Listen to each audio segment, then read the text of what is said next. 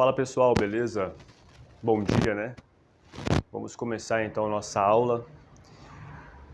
Nós estávamos estudando até o momento, moçada, aquela questão da cinemática, né? Relembrando, a física até o momento buscou trabalhar com situações de prever, né?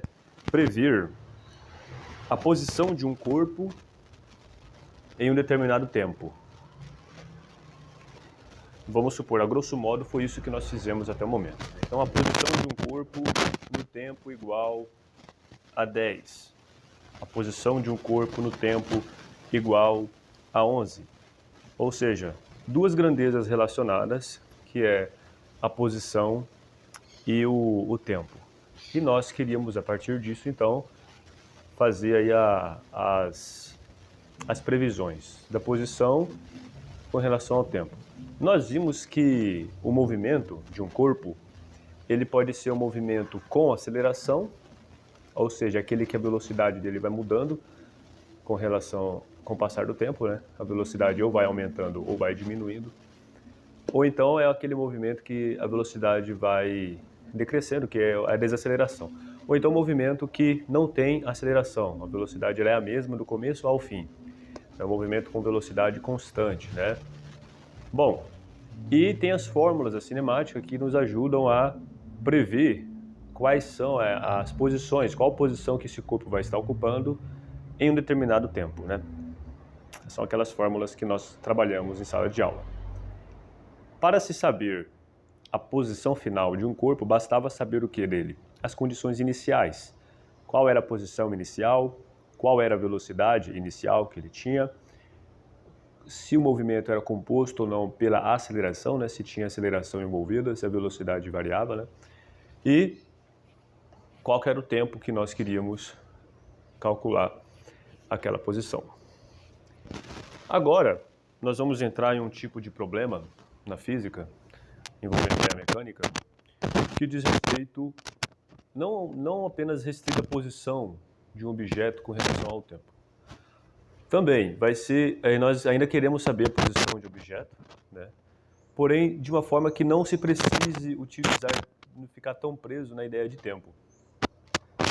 Nem sempre nós teremos o tempo para nos auxiliar qual será a posição de um objeto. Por vezes, não teremos o tempo, mas teremos as condições iniciais.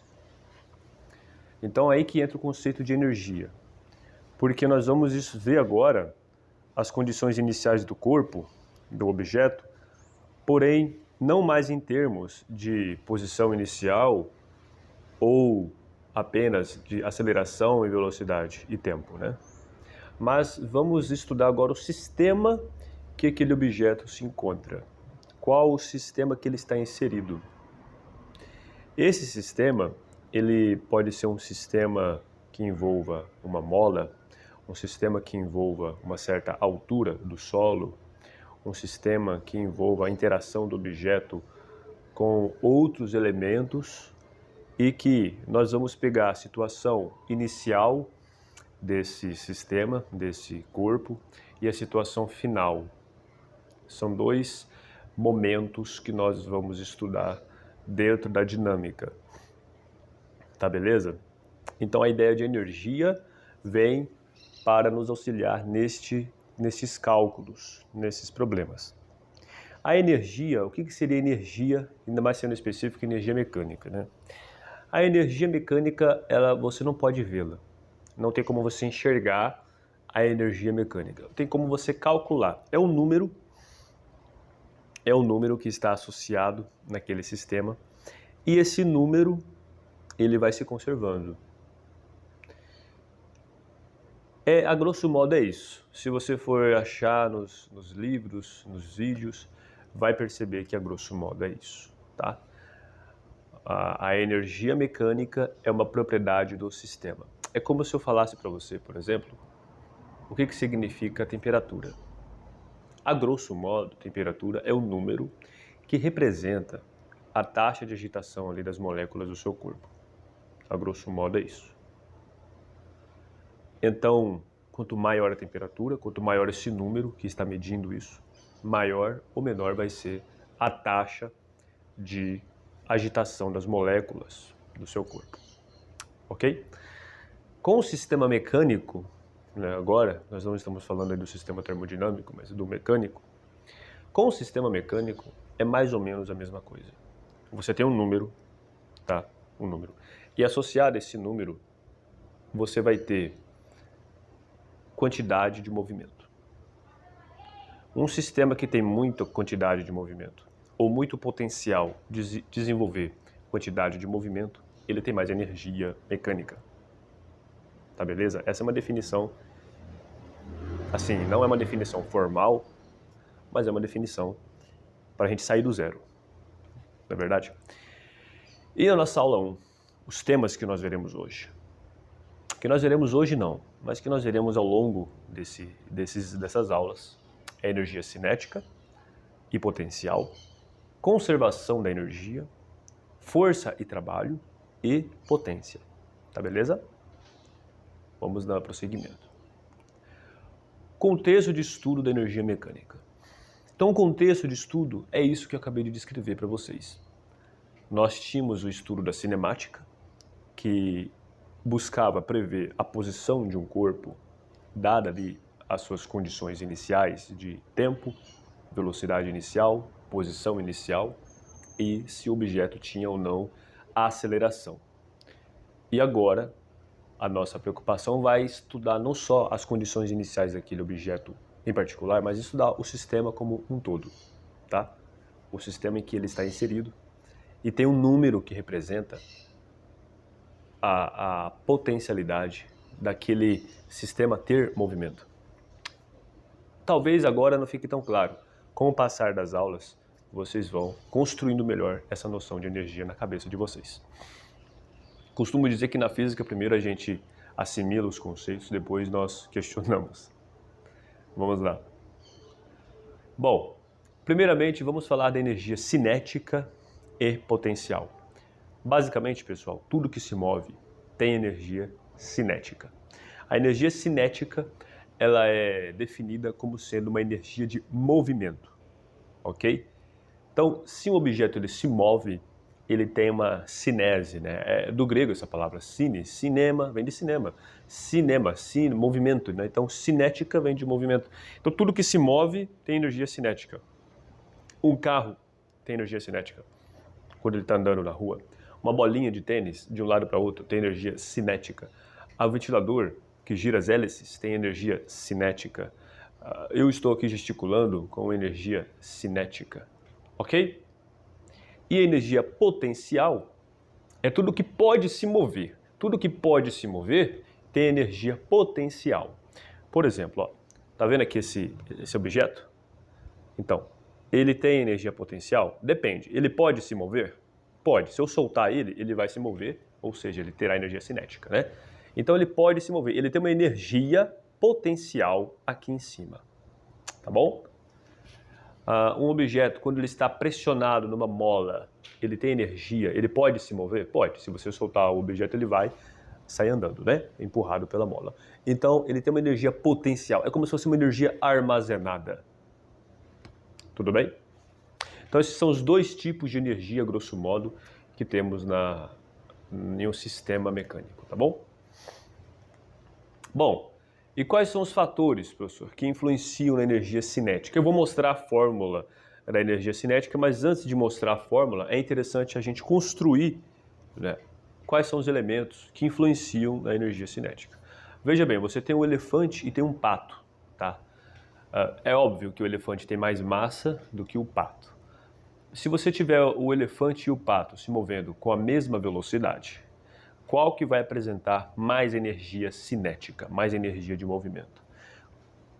Como o elefante ele tem mais massa, ele tem mais átomos, ele tem mais matéria, então ele tem mais quantidade de elementos se movimentando.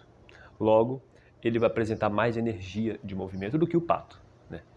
Então, apesar deles estarem ali na mesma velocidade. Então, a massa do corpo influencia bastante, tá? Nessa questão do que influencia na energia cinética de um corpo. Então, se você tem dois corpos com a mesma velocidade, porém massas diferentes, aquele que tem mais massa, ele tem mais energia, porque ele tem mais átomos, ele tem mais matéria se movimentando. Ele vai ter mais energia. Beleza? Então a massa de um corpo influencia se um corpo tem mais ou menos energia cinética. O outro fator que influencia, vamos supor que você tem agora 2 elefantes, eles têm a mesma massa, mas vão se movimentar com velocidades diferentes. Veja, um elefante foi mais rápido do que o outro. Aquele que foi mais rápido teve mais energia cinética, mais energia de movimento. Resumindo tudo então, em uma fórmula, a fórmula da energia cinética é igual a massa vezes velocidade ao quadrado dividido por 2.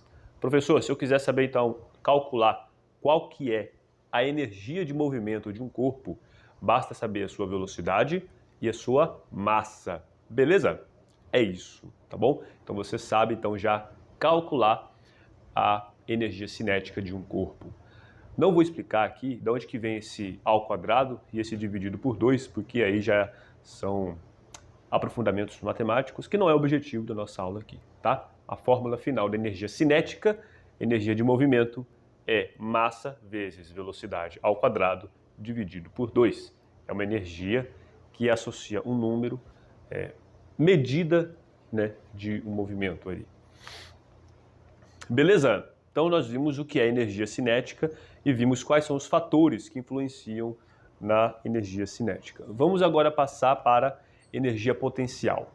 E quando nós falamos de energia potencial, existem 2 tipos: a potencial elástica e a potencial gravitacional. Lembrando da ideia geral de energia potencial, tudo que pode se mover. Na energia cinética nós temos tudo que se move, tem energia cinética. Na energia potencial é tudo que pode se mover, é uma energia potencial. Veja bem, você tem uma maçã aí mostrada na figura. Essa maçã que está sendo mostrada aí nessa árvore, tem a maçã que está no chão e tem a maçã que está pendurada no alto. Ok?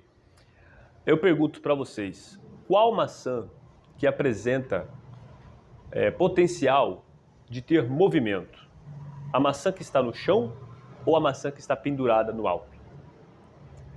A maçã que está no chão, ela não tem mais para onde? Não tem. Ela não tem potencialidade de se movimentar. A maçã que está pendurada no alto já tem. Porque se ela arrebentar ali o caule, ela cai. Ela vai adquirir movimento, vai adquirir energia cinética. Então ela tem ali potencial de se ter movimento. Devido ao quê? O que faz ela ser atraída para o chão, né? É a energia ali, é a força da gravidade. Então associa-se a esse movimento, a essa energia, né, um campo gravitacional. Portanto, o nome dessa energia potencial é energia potencial gravitacional. Beleza? Ela, então, é uma energia que está ali armazenada devido ao objeto ter uma certa altura do solo. E nós vamos ver, então, nos fatores que influenciam a energia potencial gravitacional, que a altura é um desses fatores. Outra forma, outra energia potencial elástica. Ó, você está vendo aí na figura 2 blocos. Um sendo segurado, né, por uma mão. Esse bloco está preso a uma mola esticada e você tem embaixo um outro bloco que está solto. Qual deles apresenta potencial de se mover, de se movimentar? É o bloco que está amarrado, que está preso a essa mola. Se você soltar, se nós soltarmos a mão ali,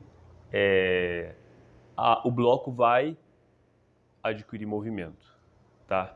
E o bloco adquirindo movimento, então ele tem uma energia cinética. Logo, da onde que veio essa energia cinética? Porque ela já tinha uma energia armazenada no bloco ali, enquanto ele estava preso na mola, ok? Enquanto ele está preso na mola, que é uma energia potencial elástica, tudo bem? E quando, então, o corpo tem, né, essa energia potencial elástica, ele pode apresentar movimento, ele vai apresentar movimento, se nós soltarmos ali o bloco.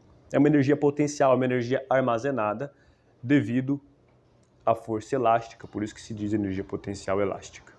Joia? Então são os 2 tipos de energia potencial, gravitacional e elástica, ok?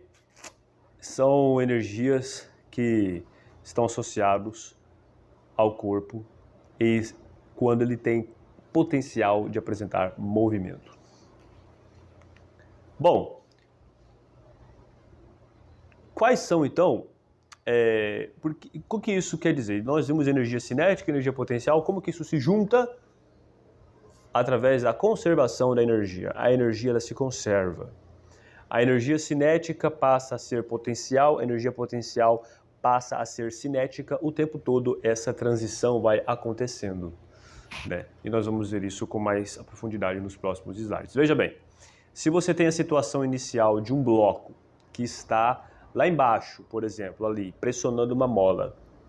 Esse carrinho está lá, ó. Tá vendo que tem um carrinho lá embaixo, né, na figura aí, pressionando a mola? E aí, o que acontece? Ele vai pressionando a mola, quando ele for solto, vai ser empurrado e vai ganhar energia cinética.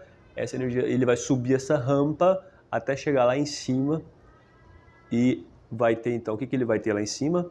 Energia potencial gravitacional. Veja bem então, aquela energia que ele tinha armazenada lá embaixo em forma de energia potencial elástica, ela se converteu lá em cima em energia potencial gravitacional. É o antes e o depois, né, da situação.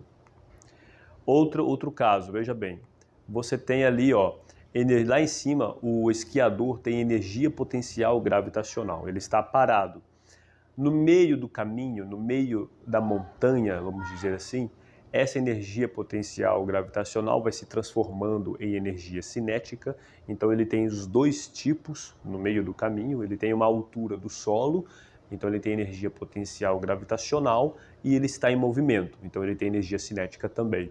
E lá embaixo, no chão, ele já não tem mais altura do solo, então ali ele só tem energia cinética. Se nós associarmos um número, uma quantidade de energia para esse sistema, digamos que no começo se tinham 100 joules de energia lá em cima, de energia potencial gravitacional. Na metade do caminho, o que acontece? A energia ela não se perdeu, tá? Ela foi transformada, parte dela em energia cinética. Então parte da energia potencial está sendo transformada em energia de movimento. Se você somar as duas quantidades, continua os mesmos 100. E lá embaixo, quando o corpo só tem energia cinética, então ele vai ter 100 joules aí de energia cinética. Você consegue ver que esses 100 joules ele foi se conservando ao longo de todo o movimento, mudando aí, né, de forma. Ora é energia potencial, ora é cinética, mas sempre a soma da energia total, dando aí 100 joules. Esse é um exemplo de conservação da energia. Professor, quando que a energia não vai se conservar? Quando nós tivermos aí o atrito, né? O atrito, ele dissipa a energia. Ele dissipa a energia. Parte da energia é transferida para o solo sob a forma de energia térmica. Então, por onde você passa e arrasta essa energia cinética, ela vai se transformando em energia térmica no solo ali. Você vê que fica quentinho, né? Mas quando não tem atrito, essa energia ela se conserva, como no caso aqui do esquiador. Beleza, professor? Então nós vimos então energia potencial, energia cinética, conservação da energia. E agora quais são os fatores, né? Quais são as fórmulas da energia potencial? Nós vimos a fórmula da energia cinética, massa vezes velocidade ao quadrado dividido por 2. E agora nós veremos as fórmulas das energias potencial para encerrar a nossa aula. Bom, quais são os fatores que influenciam na energia potencial gravitacional? Em primeiro lugar, a altura. Se você observar essa figura, nós temos duas árvores. Qual dessas duas maçãs que estão penduradas, né, estão no alto, apresentam mais capacidade de ter movimento? Se você pode pensar o seguinte, qual maçã vai cair com mais velocidade? A maçã que está mais próxima do solo ou a maçã que está mais longe do solo? Qual que vai chegar no chão com velocidade maior? Ou seja, com mais energia cinética? A maçã que está mais alto. Então, logo, se ela está mais alta, ela tem mais energia potencial gravitacional para poder transformar mais essa energia potencial em cinética e assim chegar com velocidade maior. Veja bem, a altura com que a maçã está no solo influencia, né, na energia potencial gravitacional. Quanto mais alta, mais energia gravitacional. Para representar a altura, nós temos a letra H. Tá? Outro fator que influencia é a massa.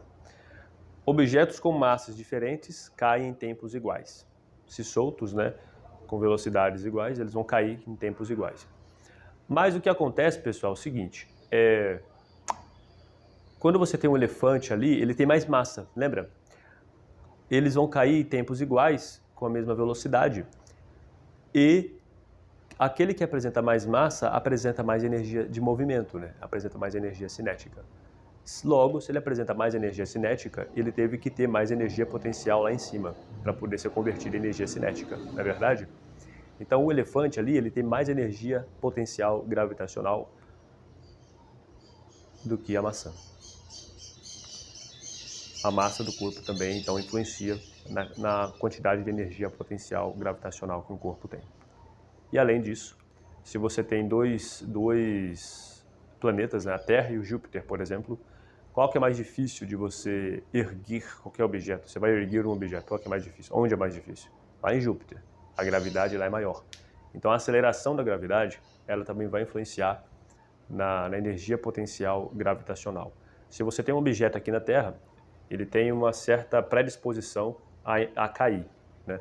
Mas lá em Júpiter, essa predisposição do objeto cair, ela é aumentada, porque a gravidade lá é maior. Então ele tem mais energia potencial gravitacional armazenada para poder cair, caso o objeto está em Júpiter. A fórmula da energia potencial gravitacional, então, é essa. Massa vezes gravidade vezes a altura. São fatores que influenciam na quantidade de energia potencial gravitacional do objeto. Ok? E na energia potencial elástica, quais são os fatores que influenciam, professor? Simples. Você tem ali, por exemplo, uma situação, 3 molas, está vendo? Tem uma mola grossa, uma média e uma fininha. E tem 3 objetos idênticos. Qual que vai ir mais longe? Aquele que está na mola mais fina ou na mola mais grossa? Eles estão comprimidos, né? Ó, estava aqui. O que está na mola mais grossa, ele foi mais longe do que o que estava na mola mais fina, né? Isso acontece porque a mola, existe uma rigidez. Essa rigidez chama constante elástica. Quanto maior for essa rigidez, mais energia armazenada vai ter quando você pressiona essa mola. Mais energia armazenada por quê? Quanto mais rígida ela é e você pressionar ela, mais capacidade de dar movimento para o objeto essa mola vai ter. Pegou a ideia? Então, quanto mais capacidade de movimento um corpo tem, mais energia potencial ele tem naquilo ali, naquele sistema. Então, quanto mais, quem que tem mais capacidade de ter mais movimento, de mais energia cinética? O corpo que pressiona a mola fina ou um corpo que pressiona uma mola grossa? Quem tem mais capacidade de entrar em movimento mais rápido, né, é ali o corpo que pressiona a mola grossa. Logo, se ele tem mais capacidade de ter energia cinética, essa maior capacidade vem devido à maior energia potencial elástica que ele tem ali, tá bom? Então a mola mais grossa proporciona maior energia potencial elástica. Tá? E é representada pela letra K. Outro fator que influencia, se você tiver 2 molas iguais, 2 molas idênticas, aquela que for pressionada mais para baixo ali, no caso, né? Qual que vai mais longe? Da esquerda ou da direita? Fica até meio óbvio, né? A mola que vai mais longe vai ser a da esquerda, porque ela pressionou mais a mola. Então a deformação da mola influencia também. A deformação é representada pela letra X. Juntando as informações, energia potencial elástica aí, né, é igual a K, que é o que? A rigidez da mola, o quanto que a mola é rígida, o quanto que ela aguenta de força, né, vezes a deformação dela ao quadrado, dividido por 2. Essa é a fórmula da força elástica, ok? Então hoje nós vimos a energia cinética e potencial, o que são, quais fatores que influenciam, quais as fórmulas, e nós vimos a conservação da energia, pelo menos a grosso modo. Pessoal, então para a aula de hoje era isso. Façam as anotações no caderno, o resumo, enviem na plataforma, tá bom? Qualquer dúvida vocês têm meu contato à disposição. Forte abraço.